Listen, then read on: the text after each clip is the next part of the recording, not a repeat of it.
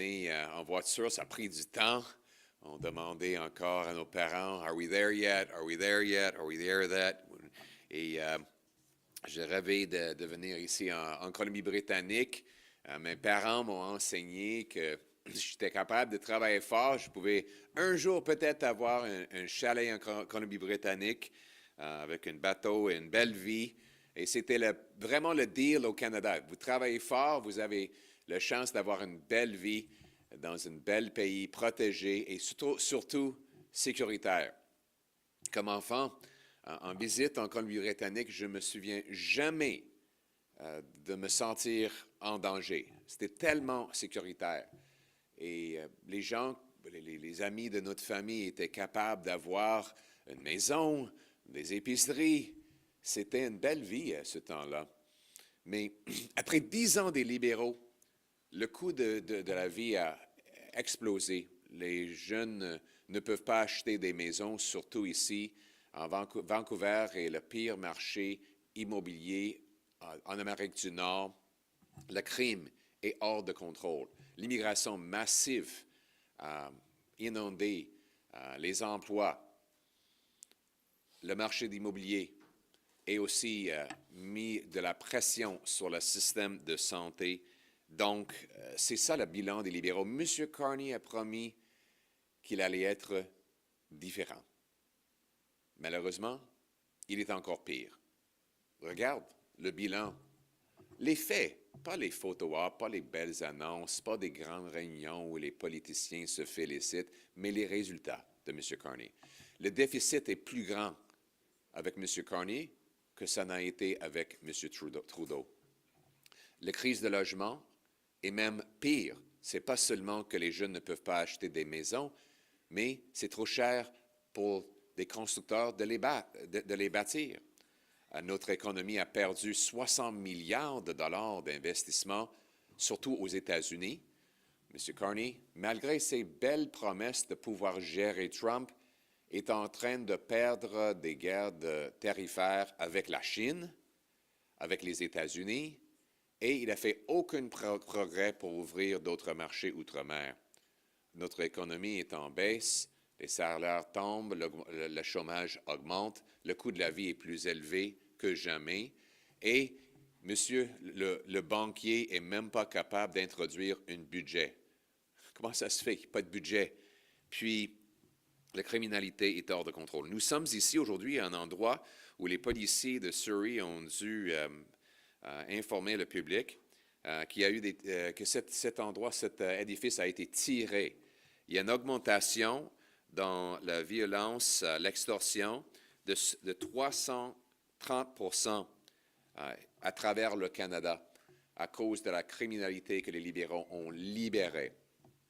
Des lois qui permettent des criminels, les pires criminels, d'entrer dans notre pays, de faire des crimes et d'être libérés de la prison. Donc, les conservateurs ont pour priorité, au retour du Parlement, de renverser le dommage que les libéraux ont fait. Nos priorités sont le pouvoir d'achat avec des chèques de paie qui achètent plus. Les communautés sécuritaires, des frontières solides et une économie souveraine. Celles sont les 4 priorités des conservateurs pour le retour des travaux parlementaires en septembre. Et nous allons élaborer ça rapidement. Nous voulons couper les taxes, les impôts, réduire le déficit. On peut faire les deux si on coupe la bureaucratie, les consultants, l'aide à l'étranger, le BS corporatif et tout l'autre gaspillage que M. Carney vient d'augmenter malgré ses promesses et sa rhétorique. Nous allons pousser pour des lois plus sévères pour mettre des criminels en prison.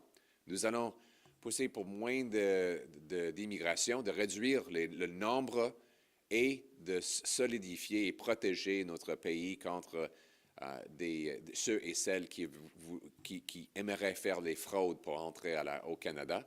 Et finalement, une économie plus autonome et un pays plus souverain en libérant nos ressources naturelles, en protégeant notre technologie ici au Canada. Nous proposons une loi sur la souveraineté canadienne, une loi qui va protéger notre économie et nous rendre moins dépendants des Américains. C'est une belle vision remplie de l'espoir, mais ça commence avec la sécurité. Aujourd'hui, j'annonce que les conservateurs vont réintroduire un plan pour protéger les Canadiens contre l'extorsion. Le plan a 3 buts. Premièrement, on va criminaliser le groupe Bishnoi. C'est un groupe terroriste qui fait de l'extorsion, qui cause de violence et de chaos dans nos rues. Nous réclamons au gouvernement de criminaliser ce groupe-là comme terroriste. Deuxièmement, arrêter l'extorsion en remettant en place des lois plus sévères. 3 ans pour toute extorsion, 4 ans si une arme de feu est utilisée et 5 ans si l'extorsion est liée au crime organisé. L'incendie criminel devrait être considéré comme une circonstance aggravante lors de la détermination de la peine.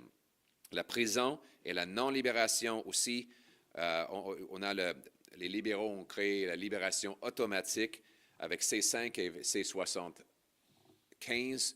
Les conservateurs vont proposer d'abolir ces lois et réinstaurer le principe que les criminels massifs restent en prison dès leur arrestation. J'ajouterai une 4e, et c'est la loi de Michelle Rempel, pour interdire des juges de donner des peines moins sévères à cause du fait que le criminel est dans le statut de l'immigration.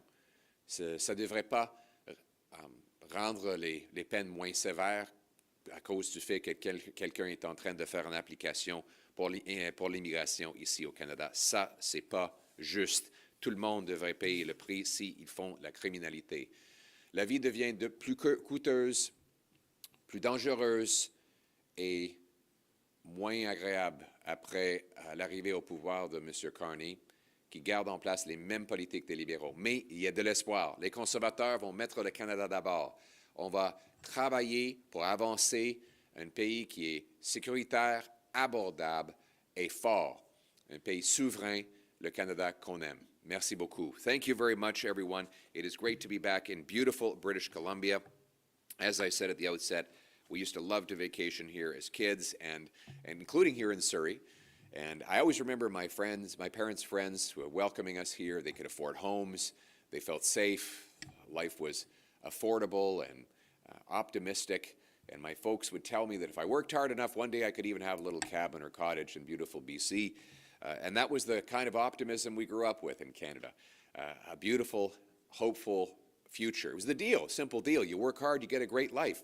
And I think that my friends who are here with me today would agree. Sukhman Gill, our Member of Parliament for Abbotsford, South Langley. Sukhman, thank you very much for being here, and congratulations on your election. Candidate Sukh Pander, and of course, Jesse Sahota, not only a candidate, but also a police officer and a wrestling coach. He is acting as security for me here today. Look at the shoulders on this guy, strong guy. And they grew up with the same hope and the same deal in Canada. You work hard, you get a great life, and that's why people come to this country. But after 10 years of Liberals, everything costs more. It's impossible for our youth to afford homes. Single mothers wonder how they'll feed their kids. Food price inflation is on the rise again. We saw it just today. We see Liberals have not only doubled the national debt, they have doubled the housing costs, doubled food bank lineups, and doubled gun crime. Here we are today at a location that was the victim of one of those very crimes. Let me read from Red FM. Surrey Police Service officers are investigating a shooting incident at the Royal King Banquet Hall located in the Pale Business Centre. According to police, damage to the exterior of the banquet hall was discovered by staff at 1 a.m. on July 21st, 2025, where it was confirmed that the damage was consistent with gunfire. So this is just one of the many examples of the 330% increase in extortion-related crimes since Liberals lowered the penalty for extortion. They removed mandatory prison sentences for extortion with a gun. No wonder crime is raging out of control. Crime, costs, immigration, housing prices are all out of control after 10 years of Liberals, and Mark Carney promised to be different. Instead, everything is worse. The deficit is worse under Carney than it was under Trudeau. The crime is rising under Mark Carney. Our economy is falling, with $60 billion of net investment fleeing our country since he became Prime Minister. Not a single new pipeline, so not a single new proposal for an LNG plant or nuclear plant or port expansion has been made since Mark Carney took office, promising that he was going to reverse weak Liberal economic policies. In fact, he has given a gift to President Trump as $60 billion of Canadian investment has fled the country in less than the half a year since Mr. Carney took office. And speaking of trade, he promised he could handle Trump. He said that he could negotiate a winning deal. So far, American tariffs have doubled on Canada, and we're now losing a trade war with China, which is hammering our farmers and fish harvesters. As Mark Carney fails abroad, Canadians pay the price here at home. And nowhere is this more true than in the area of crime and chaos.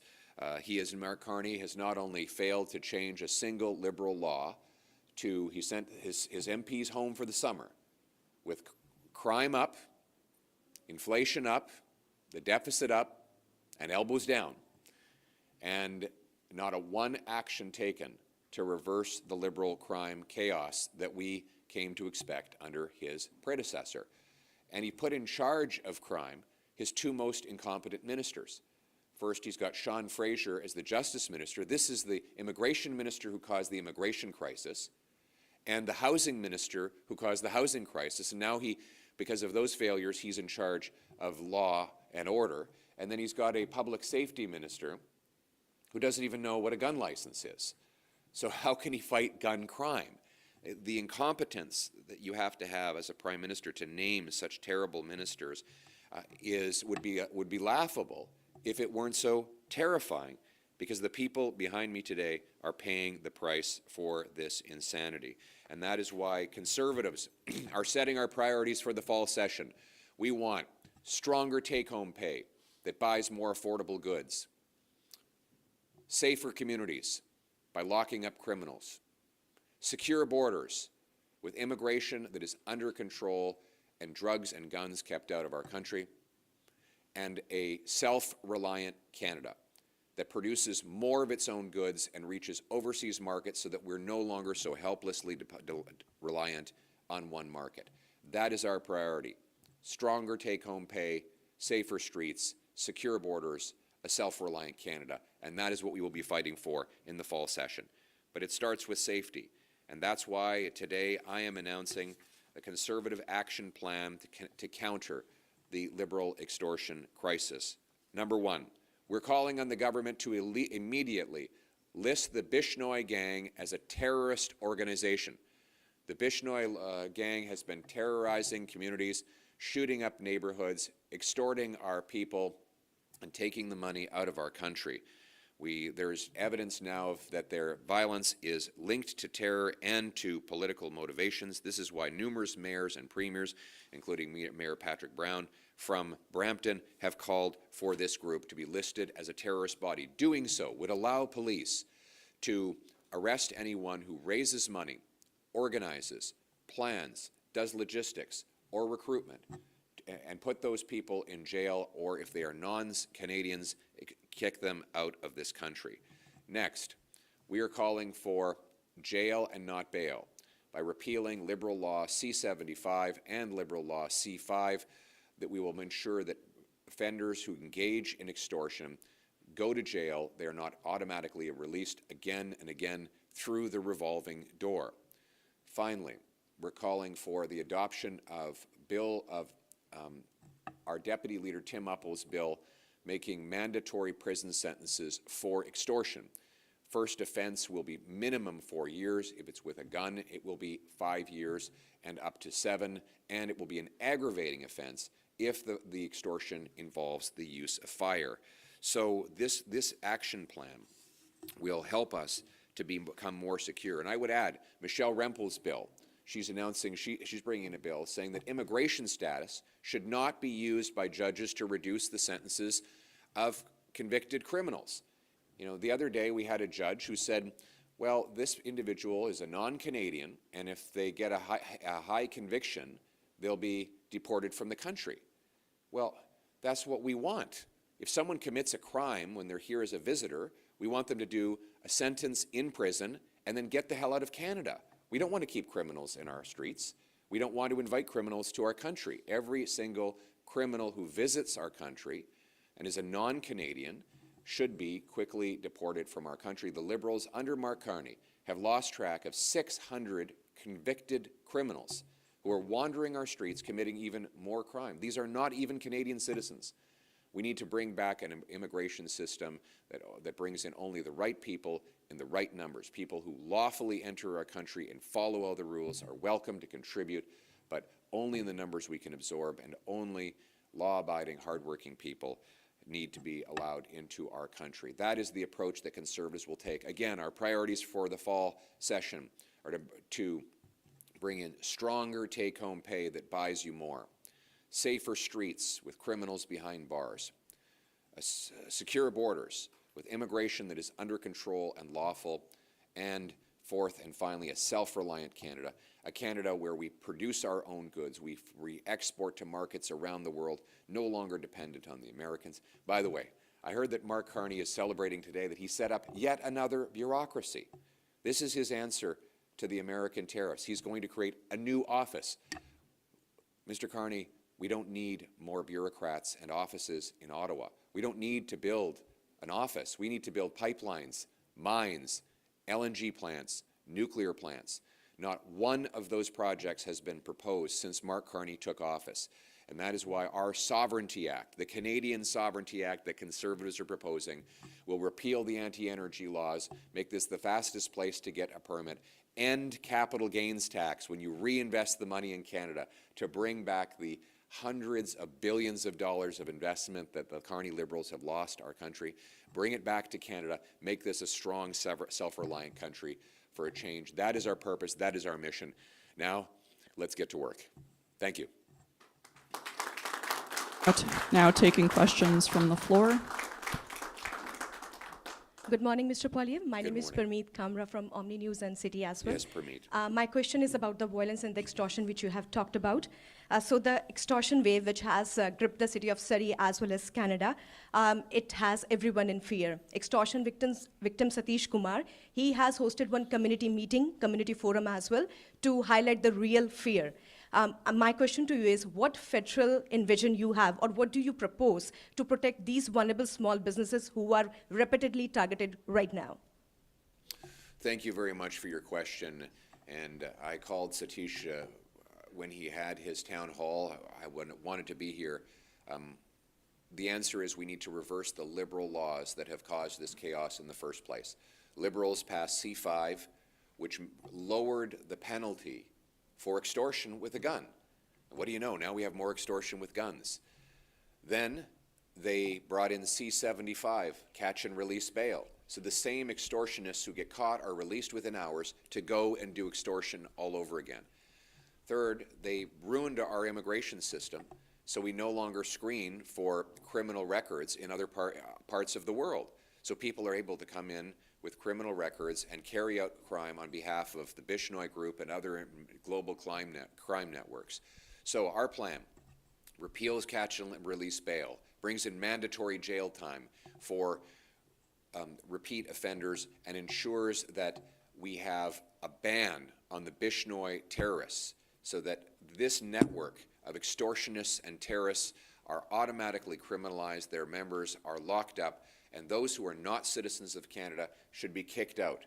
We need to track down the 600 criminals that are non-Canadians that Liberals have allowed to run free in our streets, and they need to be deported from this country so they can no longer harm our people. It's time for us to put Canada first and put law-abiding citizens ahead of criminals. Thank you. Good morning, Mr. Poilievre. Amrit Yes. Paul Brar from 600 AM, Surrey Punjab Radio. Yes. Congratulations Thank for you, sir. getting a seat back. Great to be back. Thank you. just a quick, precise, and to the point question. When can we expect an elections? You mentioned so many failures of this government. When can we expect another election? All the easy questions. Listen, we had an election in April the 28th. It was a very close one. And what people are seeing is that Mark Carney, while he made grand promises of change, he's even worse than Justin Trudeau. Under his leadership, our deficit has grown, unemployment is rising, $60 billion of net investment has fled our country. The U.S. tariffs have doubled on Canada, and Carney is now losing a trade war with China. He is clearly failing to live up to the massive promises that he made, and while he gets gushing media coverage for meetings and photo ops and grand announcements that amount to nothing, Mark Carney is one walking, talking, broken promise. And our job in the fall session will be, one, to hold him accountable for the failures that are costing you more, endangering your family and weakening our country. But two, we're not just going to oppose out of control liberal crime, inflation, immigration, housing costs. We are going to propose real solutions that will mean stronger take-home pay, safer streets, secure borders, and a self-reliant Canada. When the election will happen is unknown at this point. But what we do know is that when Canadians do one day go to the polls, they will be choosing between more liberal cost, crime, and chaos, or Conservatives who will give you stronger pay, affordable life, and safe streets. Thank you. Hi, Mr. Poilievre. Yes. Congratulations Thank you on very your much, winning, sir. and it's good to see you back in action. It's great to be back in action. Samir Kaushal here from Go ahead. Swift Radio, 1200 AM and News Derby. My question to you that, as you mentioned that you are calling the government to designate Bishnoi Group or individual Lawrence Bishnoi as a terrorist entity or terrorist organization in Canada, there are so many premiers, those who have raised the same issue, and they want this individual to be designated as a terrorist here on this Canadian soil. How will you ensure that a person who is 14,000 kilometers away, imprisoned in a foreign jail, if the government designates that person or entity as a terrorist organization over here, how will that improve the law and order situation here? And before making this statement, have you checked with the law enforcement agencies whether they are, making any kind of charges on him or any of his subordinate or any person associated to his group? Yes, so thank you very much for your question. First and foremost, you're quite right. Mr. Bishnoi himself is in a prison in India, but his network is wide and vast. His organization takes orders from him and carry out extortions and other crimes around the world. Now, how will banning the organization of a man who's already in a foreign jail make a difference? What it would do is it will allow police to charge anyone who here in Canada raises money, recruits, organizes, plans, facilitates, or in any way helps this organization do its work. And that would shut down an international extortion network that has terrorized communities like Surrey, Brampton, Northeast Calgary over the last 7 years. Law enforcement has spoken out about the organized chaos and violence this group has done in our country, and that is why mayors across the country, premiers, have also said that based on the police intelligence and information they have received, this organization should be put on the list of banned terrorist entities. They should be shut down. It's those who are here as visitors and are non-Canadians should be kicked out, and those that are Canadians that are cooperating with this terrorist group should be jailed. Hello, Andrew Johnson with CTV National News. You've said you support flight attendants and their demand to be paid for groundwork, but you haven't said whether you support their union's illegal action to not abide by a back-to-work order. Do you support CUPE? We support law and order, so everyone should follow the law. So it's simultaneously possible to say that everyone should follow the law and the rules, while saying that it's very unfair that the Liberals have voted against a Conservative bill requiring that flight attendants get paid for every minute they work. You know, they show up, I see these flight attendants on the flights. I'm often on planes sitting in the economy class, and we're stuck on the tarmac because the flight is delayed.